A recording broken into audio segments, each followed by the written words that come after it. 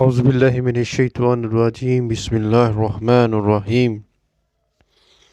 السلام علیکم dear student, آج کی اس ویڈیو کے اندر بیٹا ہم ریڈ آؤٹ کریں گے کلاس بی اے فارسی آپشنل کا کویسچن حکایت نمبر 20 کا تشریحی ترجمہ کریں گے، اور اس تشریحی ترجمے کرنے کے بعد ہم جو ہے وہ نیکسٹ ویڈیو کے اندر بیٹا میں آپ کو فارسی کا ایک ایک لفظ اور اس کا معنی اور با محاورہ جو ہے وہ ترجمہ کرواؤں گا۔ تو اس ویڈیو کے اندر ہم صرف کریں گے تشریحی ترجمہ، جو آپ نے دیکھنا اور صرف سننا ہے۔ تو لیٹ سٹارٹ جی۔ میں نے ایک حاکم کے متعلق سنا کہ وہ رایا کے گھر برباد کرتا تھا تاکہ بادشاہ کا خزانہ بھر دے۔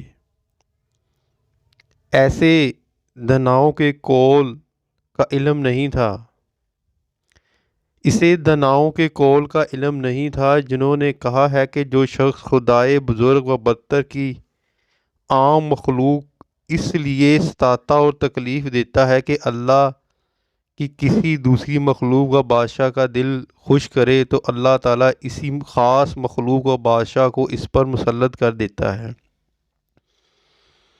کہ وہ اسے ہلاک کر ڈالے۔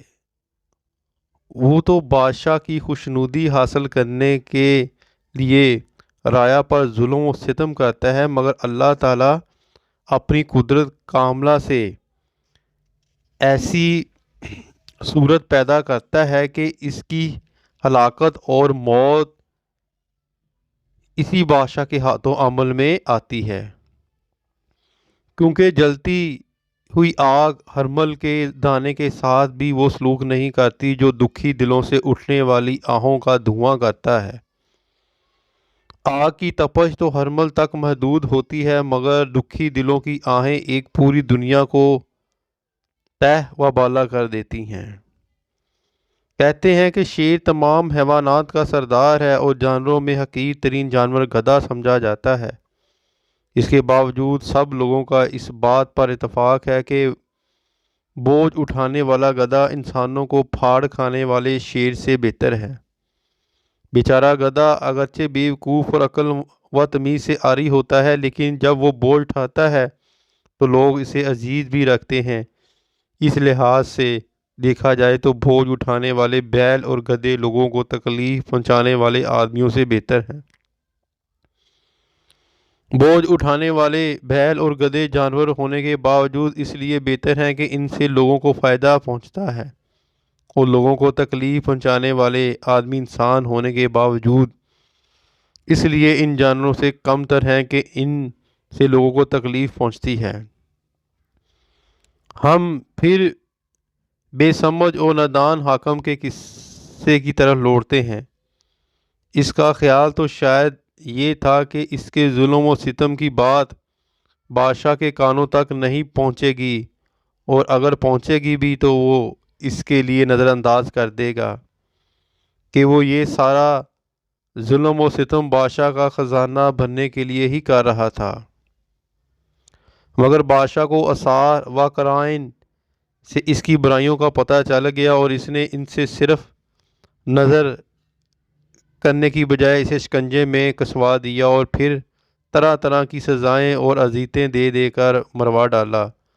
وہ کم بخت اس بات سے بے خبر تھا کہ کسی کو بادشاہ کی خوشنودی حاصل نہیں ہو سکتی جب تک وہ بندگان خدا کے دلوں کی خوشی حاصل کرنے کی کوشش نہ کرے۔ بادشاہ محض اپنا خزانہ بھرنے سے مطلب نہیں رکھتا، بلکہ وہ اپنی رعایا کو خوش اور مطمئن بھی دیکھنا چاہتا ہے۔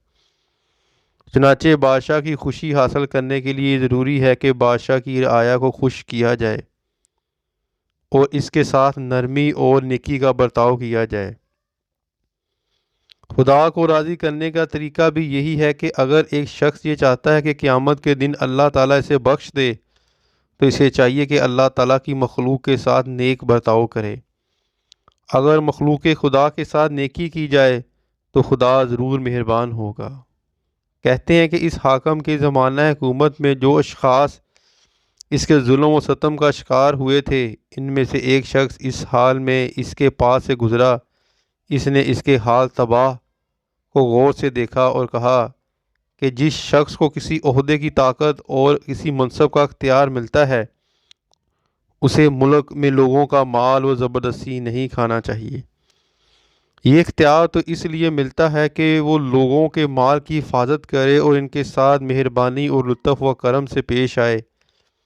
پھر اس طرح لوٹ کھسوٹ سے جمع کیا ہوا مال ہضم بھی نہیں ہو پاتا، بلکہ جس طرح جمع کیا جاتا ہے اسی طرح ضائع ہو جاتا ہے۔ اس کی مثال سخت ہڈی کی سی ہے۔ سخت ہڈی کو کسی نہ کسی طرح حلق سے نیچے اتارا تو جا سکتا ہے، مگر جب وہ ناف میں جا کر پھنس جاتی ہے تو پیٹ اور پیٹ کی اینتڑیوں کو پھاڑ ڈالتی ہے۔ اس طرح ظلم و ستم و ناجائز طریقوں سے جمع کیا ہوا مال ظالم کی تباہی اور بربادی کا سبب بن جاتا ہے۔